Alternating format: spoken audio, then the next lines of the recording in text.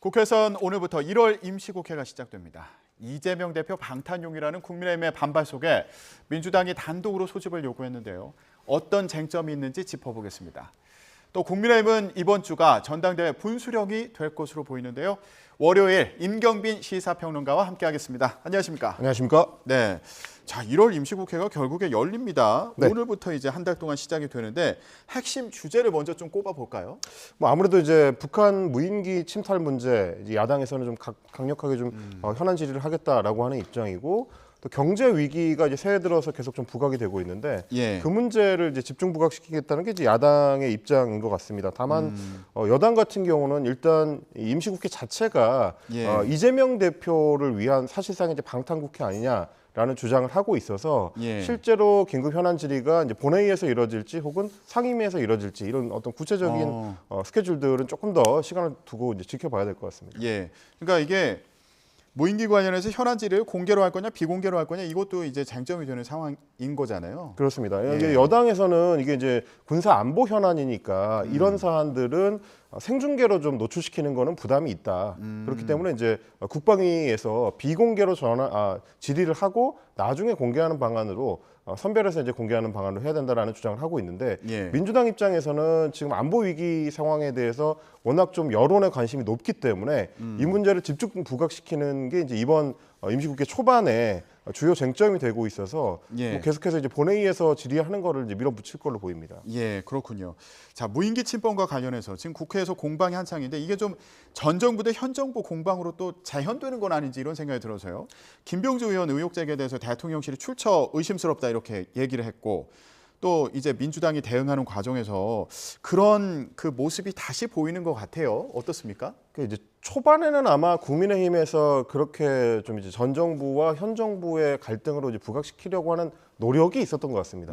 특히 이제 김병주 의원이 어떻게 이제 P73 구역, 그러니까 이제 대통령실 주변의 3.7km 내부로 무인기가 침탈했는지를 이제 알게 됐느냐, 그거 어떻게 아느냐라고 했더니 결국에는 본인도 그냥 지도를 겹쳐보면 30분이면 알 수 있는 사안이다라고 이제 반박을 했고요. 예. 그리고 또 김병주 의원 자신이 또 이제 연합사 부사령관 출신이기 때문에 그런 문제에 있어서는 어느 정도 좀 정리가 된 것 같은데, 오히려 이제 시간이 지날수록 그 당시 이제 우리 군에서 대응이 좀 적절했느냐는 문제들이 계속해서 추가 보도가 되고 있어요. 이제 어제 오늘에서 나오는 거는 수방사 같은 경우도 이 레이더로는 지금 북한 무인기의 침탈을 포착을 했는데 이게 무인기 침탈인지 여부를 그때 당시에는 제대로 파악을 빨리 못했고 나중에서야 1시간 반 지난 뒤에야 대응을 시작했다라는 게 이제 어제 보도가 됐고요. 예. 오늘 오전에 이제 보도된 내용을 보면은 대통령 경호처에도 방공대가 있는데 예. 당연히 이제 대통령실 주변을 이제 방어하기 위한 조치를 신속하게 했어야 되는데 그때도 예. 역시 마찬가지로 레이더로는 포착을 했는데 적극적인 대응에 나서지는 못했다라는 내용들이 지금 오늘 오전에 이제 추가 보도가 되고 있습니다. 이렇다는 그렇죠. 얘기는 그 당시에 이제 합참이라든지 대응에 직접 나섰던 1군단이라든지 이런 데서 예하의 다른 제대들하고 원활한 협조가 안 됐다, 정보 전달이나 이제 공유가 안 됐다라는 걸 이제 보여주는 거기 때문에 대통령실이나 혹은 우리 국방부가 지휘를 하던 그 당시에도 적절한 지휘가 이루어졌는지 여부를 조금 더 제대로 밝혀야 될, 어떻게 보면 좀 코너로 몰리고 있는 그런 상황이라고 볼 수 있겠습니다. 그러니까 지금 뭐 전 정부, 현 정부 공방할 때가 아니라 군 대응이 적절했느냐 여기로 이제 좀 주제가 옮겨가고 있는 것으로 보인다. 그리고 이제 또 하나는 이제 대통령실의 대응 문제인데요. 초기부터 이제 야당에서 지적했던 거는 왜 대통령 주관으로 NSC가 개최되지 않았느냐라는 그랬죠. 거였습니다. 예. 근데 이제 이게 뭐랑 연결이 되는 거냐면, 최근에 이제 유엔 사령부에서 이 사안과 관련해서 무인기 사건에 대해서 조사를 시작을 했는데, 그게 북한의 남침 무인기 침투 이 사안만 다루는 것인지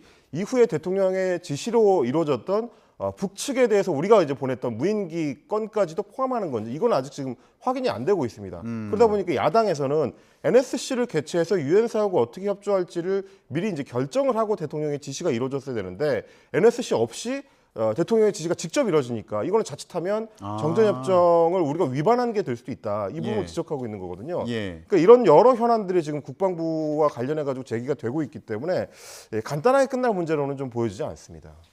예, 알겠습니다.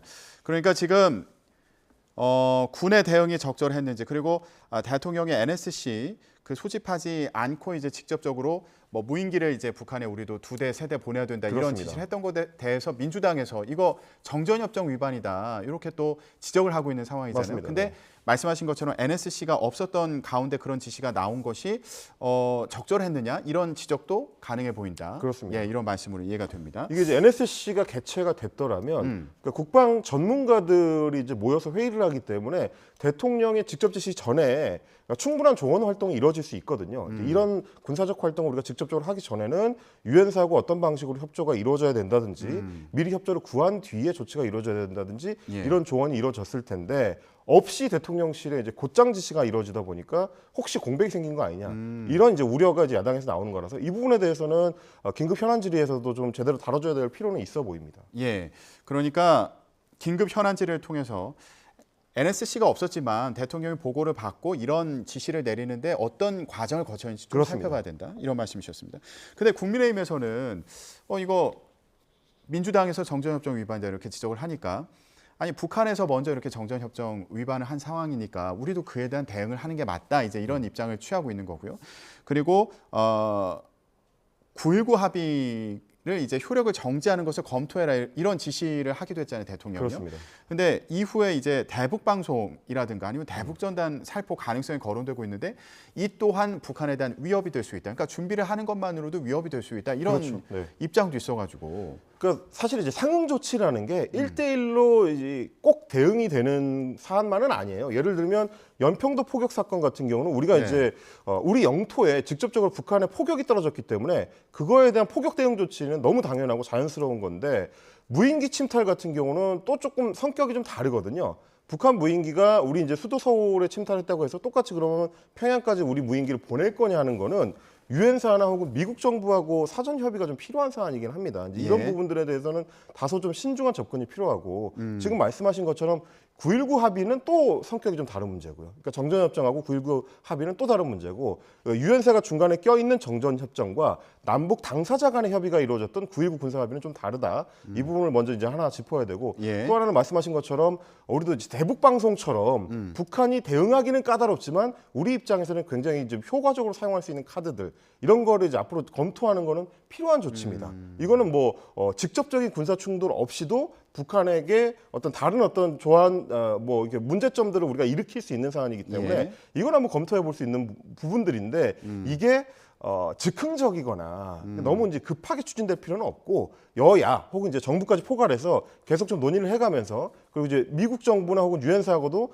논의를 해가면서 조금씩 차근차근 가장 효과적인 방식으로 접근할 필요가 있다. 예. 그렇게 생각되긴 합니다. 예, 알겠습니다. 무인기 대응과 관련한 이제 정치권의 쟁점이 어디로 옮겨가는지 좀 지켜봐야겠습니다.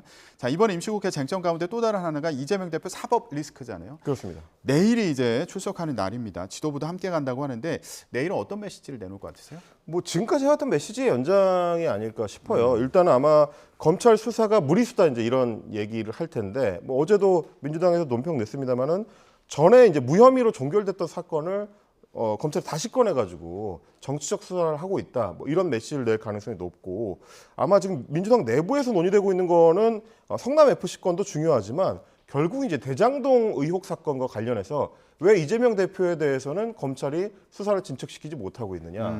이거 지금 재판이 진행 중인데 예. 이재명 대표에 대해서는 뭐 소환 조사도 못 하고 있고 정진상 전 실장이나 뭐 김용 전 부원장의 이제 공소장에도 보면 대장동 관련해서는 이재명 대표를 직접 거론을 못 하고 있다. 이런 문제들을 얘기를 하면서 사실상 수사 질질 끌지 말고 종결을 시켜달라라는 메시지도 준비하고 있다는 얘기가 있습니다. 그러니까 그래요?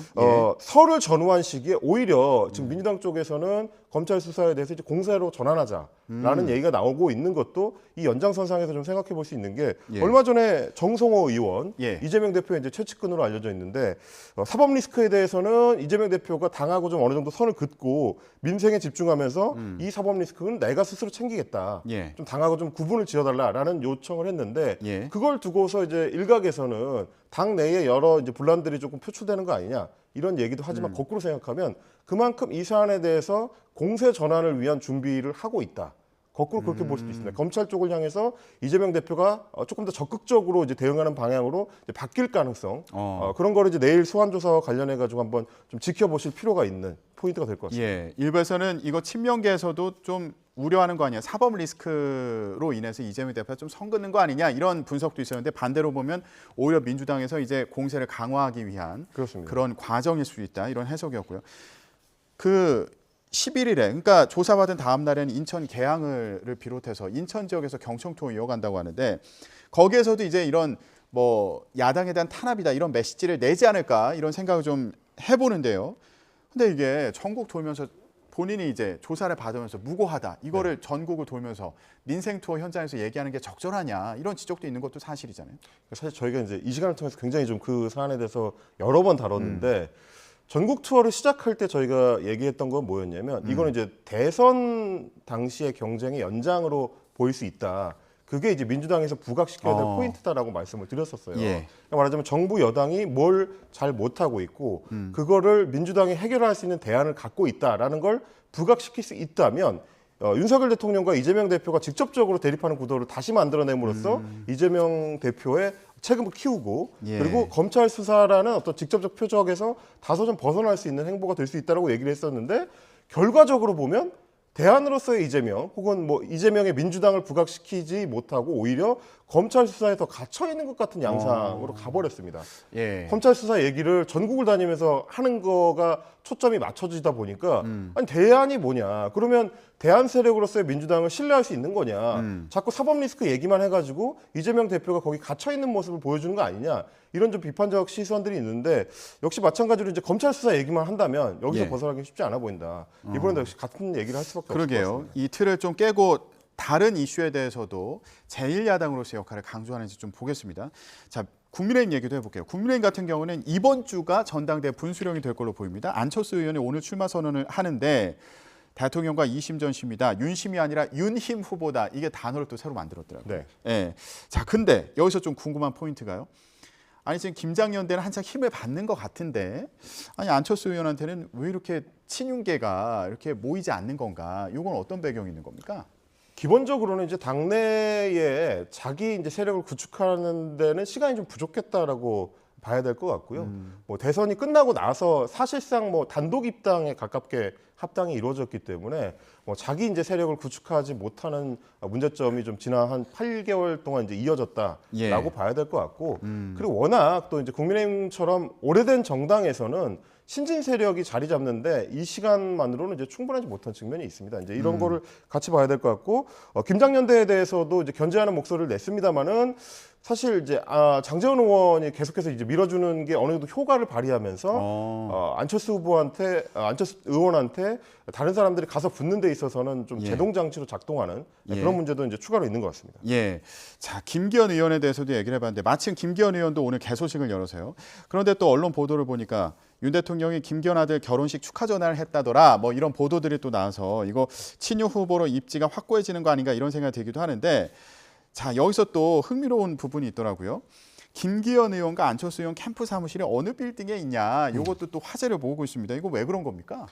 뭐 사실 이제 뭐 여의도에서 이제 항상 나오는 얘기가 이제 명당 얘기거든요. 명당 얘기. 근데 이제 김기현 의원의 캠프가 이제 대산 빌딩, 여의도 대산 빌딩에 차려졌는데 예. 대산 빌딩이 문재인 전 대통령 시절에 2017년에 이제 캠프가 있었기 때문에 여기가 대통령을 내놓은 명당 자리다. 아, 라는 그렇군요. 얘기가 나오는 거고요. 반대편에서 이제 안철수 의원 같은 경우는 이제 극동 VIP 빌딩에 캠프를 차렸는데 예. 이 빌딩은 1992년에 김영삼 전 대통령의 대선 캠프가 있던 자리입니다. 역시 마찬가지로 대통령을 배출한 명당 자리다. 그러니까 서로 명당을 차지해서 내가 이번에 이제 이 당대표 경선에서 좀 유리한 고지를 점하겠다라는 홍보 포인트로 삼고 있는 건데 뭐 기자님도 잘 아시겠습니다만 사실 여의도에 이렇게 대규모의 캠프를 차릴 수 있을 정도의 빌딩이 많지 않아요.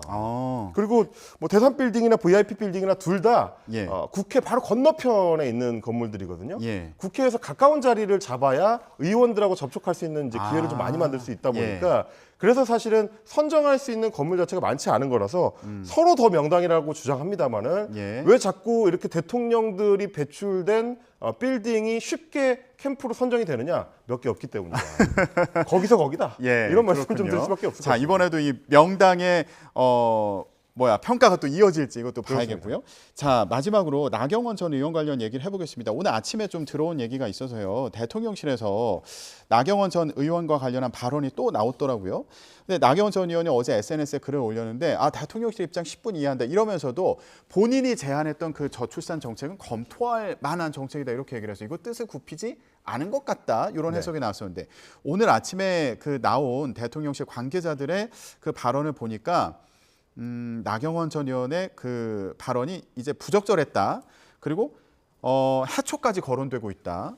이런 얘기가 나왔습니다. 이렇게 연이어서 대통령실에서 비판의 목소리를 내고 있는 상황 어떻게 봐야 됩니까? 사실상 당대표 출마를 하지 말라는 메시지에 가깝다고 봐야 될 것 같아요. 그러니까 뭐 메시지의 내용도 굉장히 좀 강도가 높은 게 해촉 가능성을 검토한다는 얘기는 자르겠다는 얘기잖아요. 쉽게 말하면. 네네네. 그런 메시지가 나올 정도고 또 하나는 뭐였냐면 공직자로서 자격 부족 뭐 이런 어휘들이 섞여 있습니다. 그러니까 사실상 나경원 전 의원, 지금 부위원장에 대해서는 대통령이 위원장으로 있는 이 저출산고령위원회의 부위원장 자리를 줬는데 왜 역할을 제대로 하지 못하냐라는 메시지를 주는 거고 그러면서 대통령하고 소통이 제대로 안 되고 있다. 대통령과 전혀 다른 방향의 이야기를 하고 있다. 예. 이 메시지가 이제 반복되는 거는 윤심이 나경원 전 의원, 나경원 부위원장한테 없다라는 것과 사실 동일한 얘기가 되는 겁니다. 오늘 발언을 보니까 이거 위원회가 한 번도 열린 적이 없다. 그러니까 저출산위원회는 한 번도 열린 적이 없다. 저출산 고령사위원회 차원에서 그 어떤 논의도 이뤄진 바가 없다. 이런 이제 발언이 나왔습니다. 그렇습니다. 그러니까 이제 대통령실하고 소통이 안 되고 있다. 정부하고 제대로 소통이 안 된 채로 설익은 메시지를 독단적으로 내고 있다라는 얘기가 되는 거예요. 근데 이제 반대로 나경원 부위원장 같은 경우는 애초에 돈을 주지 않고서 돈 없이 해결되는 저출산 극복은 없다. 이제 이렇게 자기 메시지를 다시 한번 강조했고 또 하나 이제 언론들 뭐 동아일보라든지 중앙일보라든지 이런 언론들하고 전화 인터뷰를 하면서 하는 얘기가 뭐냐면 아니 애초에 다른 차관급 회의를 통해서는 지속적으로 그 얘기를 해왔기 때문에 논의가 전혀 없었던 거 아니다. 그러니까 자기 입장을 여전히 굽히지 않고 있는 상황이에요. 그리고 이제 전화 통화를 하면서 기자들이 계속 물어볼 거 아닙니까? 당대표 출마할 겁니까? 라고 얘기했는데 기존의 뜻을 아직 꺾지 않았다라는 메시지를 또 지속적으로 내고 있는 거는 나경원 부위원장도 당대표 출마를 하겠다라는 쪽에 조금 더 기울어져 있는 걸로 보여서 아마 대통령실과의 갈등이 쉽지 않아 보이고 이렇게 되면 만약에 출마를 강행하게 되면 나경원 부위원장 입장에서는 이 출마를 통해서 사실상 이제 비윤계의 구심점 역할을 하겠다라는 메시지로도 비춰볼 수가 있어서 예. 이번 주가 굉장히 중요한 분기점이 될 것 같습니다. 알겠습니다. 자, 나경원 전 의원이 어떤 지금 생각을 하고 있는 건지 이것도 참 궁금한데 이번 주 행보를 잘 지켜보도록 하겠습니다. 네, 지금까지 전국 이슈 임경빈 시사평론가와 함께 얘기 나눴습니다. 고맙습니다. 감사합니다.